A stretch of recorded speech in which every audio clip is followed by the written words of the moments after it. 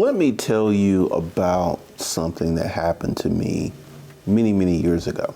I was working on learning how to advertise on Craigslist. So I went through several changes, and it got to the point where I had established not one, not two, not three, not four, but 5 Craigslist accounts. Why did I have so many accounts? During my training, during the things I was doing, I've learned a lot about Craigslist. There was this site called Photo Bucket. Back in the day, Craigslist used to allow you to put images in your Craigslist ads. They don't allow that anymore. And from Photo Bucket, I was able to get feedback on my ads, because every time someone would click on my ad, it would send a message to Photo Bucket that someone had looked at this image. And through about 3 months of posting ads, doing stuff, going from, does this title work? This opening line. And one of the things I learned is that people don't read, so my ads had to be really short and punchy.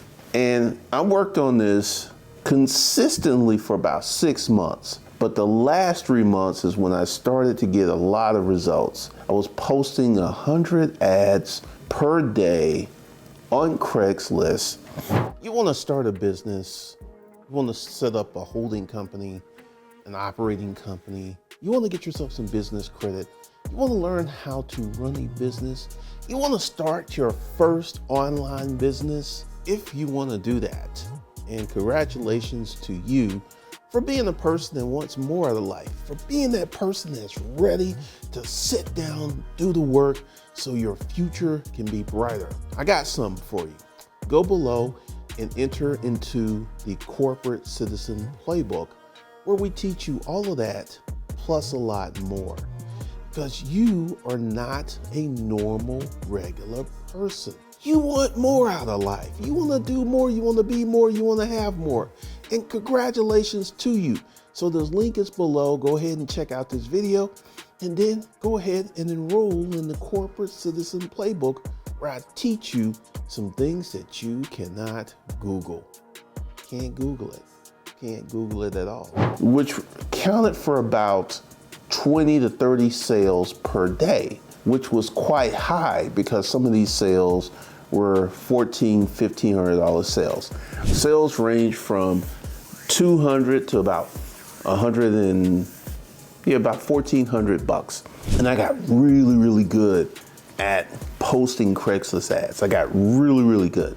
And what am I trying to explain to you? Stop looking for easy, simple, anyone can do this type of stuff. This is killing your progress. This is holding you back, looking for something that a monkey could do. And this is one of the things I consistently see on the internet, all of these easy, simple things.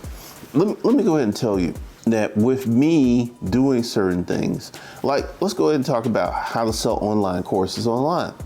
There are many people who think, oh, you just gotta create a course and you can put it out there and you just sell it. I dare you to create a course and try to sell it if you think it's that easy. I dare you to do it. So I've been selling online courses since 2014, so next year it'll be 10 years, and I've learned a lot. And one of the things that so many people who create an online course, they try to do, like, let's talk about running ads. All right, you create an online course and you start running ads, right? And you didn't set your offer up correctly. You didn't set your course up correctly. You can burn through so much money running ads and not sell a single course. And this is one of the things, because the majority of my course sales, which were resulted in millions and millions of dollars, I sold organically. Number one, I built a tribe. Number two, I got the people that like and trust me. Number three, I sold them a course. And this has worked out really, really well for me. And this is not something that's really easy or simple or anyone can do. No. This is just not that type of thing. One of the things that you have to understand, and one of the things that you have to acknowledge, is There's a learning phase. How did I learn how to sell online courses? No one taught me. I didn't even take an online course. What I did is I went ahead, I created the channel, I posted the courses, I advertised the courses, and I learned from trial and error. Because here's the thing. Looking for something simple and easy, and this is, I'm about to say, this is why you don't want that. If someone, let's go ahead and talk about Airbnb. Good example. You go out, you get yourself a property, you furnish your property, and you rent your property out as if it's a hotel. Now, just a little while ago, I was on Zillow and I saw what I call the failed Airbnb. These are people who have fully furnished rentals that want to rent them as a long-term rental. And now, in the beginning, these people were asking crazy amounts of money, which tells me they didn't understand their market. Like, let's go ahead and say you have a regular run-of-the-mill house and you want someone to pay you $9,000 per month. $9,000 per month for your regular house in a regular neighborhood. You know what that is per year? That's $110,000. Just rent. So, marketplace segment, who can afford that? The top 7% of America. The top 7. So you have a product that only 7%, 93% of America can't even think about affording your product. And only the top 7%, which is a financially literate group, pretty savvy, they have good credit, and this group would never rent your house out for $9,000 per month for a year. You want to know why? This group is financially literate. This group has good credit. They don't have to rent your house. There are better options out there. So with Airbnb, everyone got an Airbnb. Everyone was like, I used to rent cars, and this guy had 2 Airbnb places. He had 2 apartments he was renting out on Airbnb. And at that point, and this was about 2-3 years ago, and at this point I was like, it's just a matter of time before Airbnb crashes, because essentially it's something, if you get a property, you furnish it, you throw it up on the Airbnb, it's something simple, it's something easy.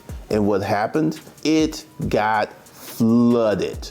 And this is going to happen with anything that's simple and easy to do. It's going to get flooded. Now I'm seeing that many of these folks who with these Airbnbs, many of them don't own these properties outright. So they have a mortgage on them. So it's costing them money. And now they're starting to get very, very flexible on the rents. I'm starting to see the rents be very close to what it would rent without the furniture, because these people are starting to get desperate. Because once again, the marketplace never lies. The marketplace will be brutally honest with you.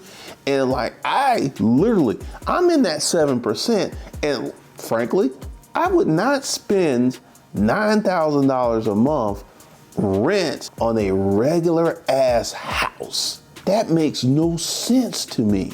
But once again, you had these people, everyone piled in their Airbnb.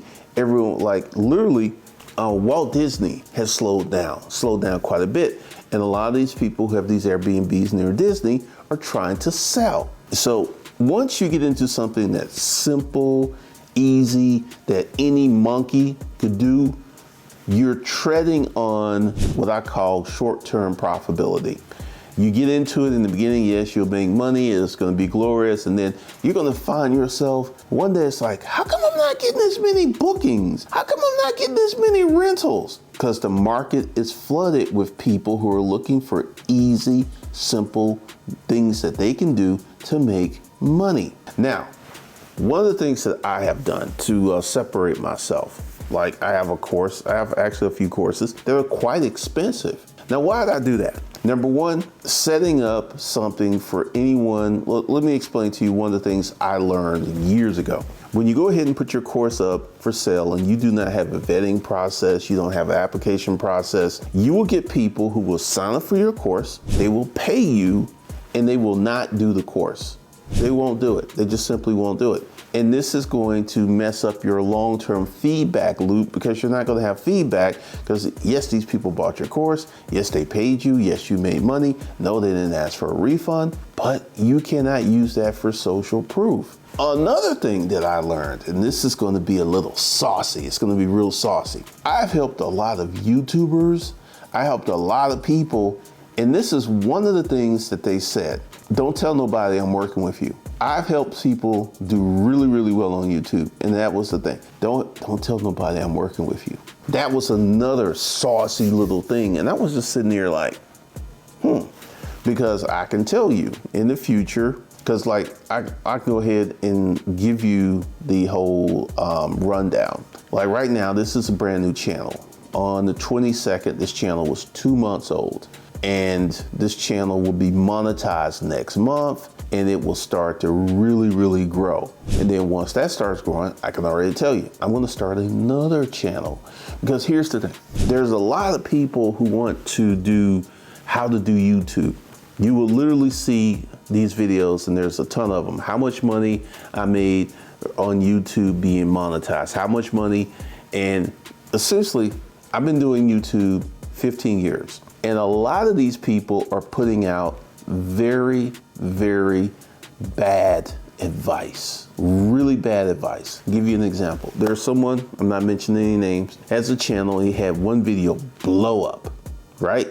And I knew what was gonna happen once the video blew up. I knew that his future videos were gonna get less and less views. How do I know this? Because I did the same thing myself many, many years ago. See, this is the thing, everyone's looking for a video to blow up. That can be one of the worst things that can happen to you if you're trying to build a congruent audience.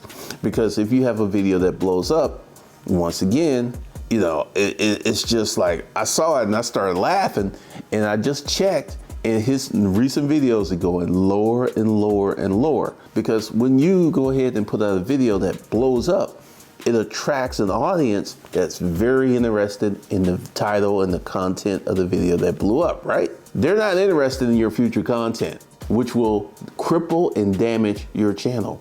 And he's literally, I know he's scratching his head. He's like, what's going on? I was getting all these views and now it's all gone away. It's a trap. It's a trap. And this is one of the reasons that I am building this channel a certain way. I don't want one of my videos to pop off unless this video is aligned with the rest of the videos on this channel, because this is danger. It is really, really danger.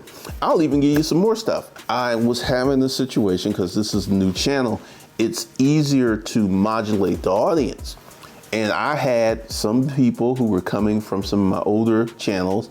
And once again, I'll tell you, I started posting on my older channels so they would not come here. You're like, what? Yeah, I started posting so they would not come here because they were going to mess up my analytics. Started posting on my old channel again. They went away and my analytics have self-corrected and we got rid of these people. Because essentially, one of the things you have to understand, and this is why you want to stay away from simple, easy, do stuff, is you attract regular, I'm gonna say it, you attract dumb people. Once you have something that is set up and simple and easy and will attract dumb people, oh my God, you're gonna have a crazy and very interesting time trying to correct that. Because once you make these mistakes and you get into that broader category, this is when you're going to see a lot of suffering on your end.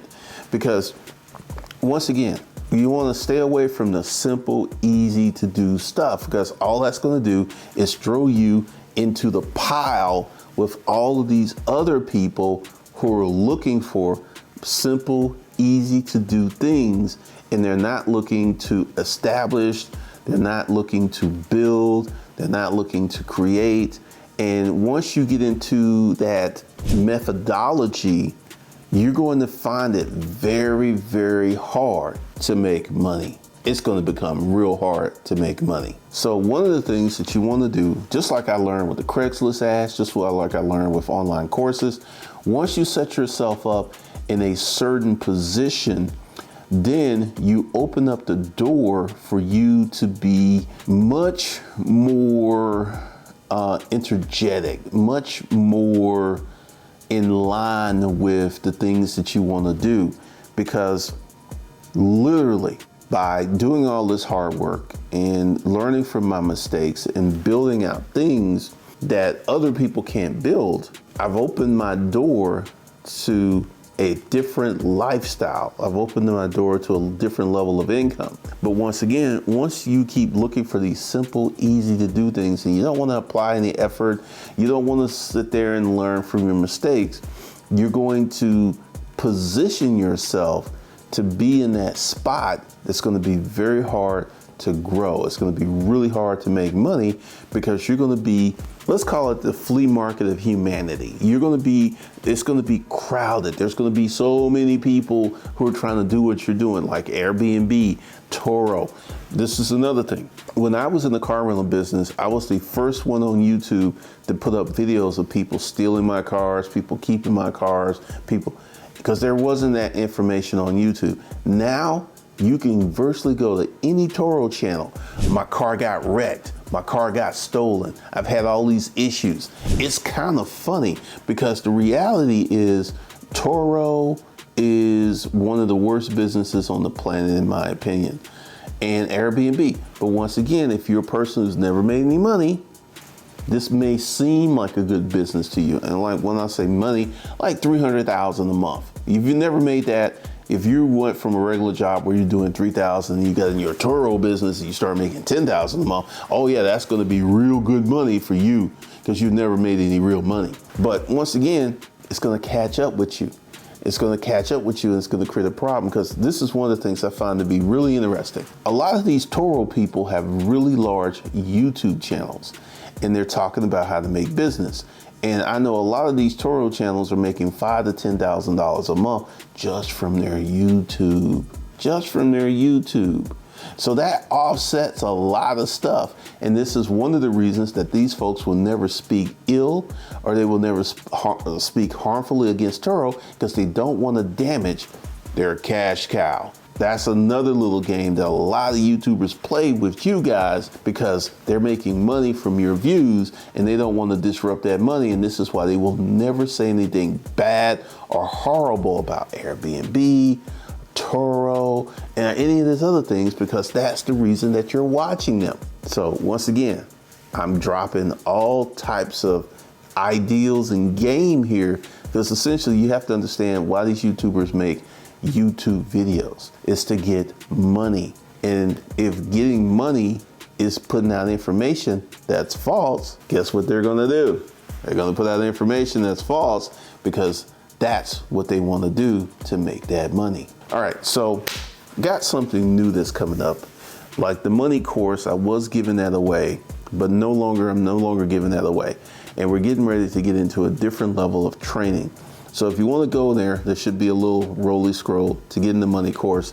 And right now there's going to be an entry level offer. You want to take advantage of it, because it's definitely going to go up. And we got a lot of other things that we're going to get into. So if you want to be part of this course, go below and get into it. And I'll see you guys in the next one.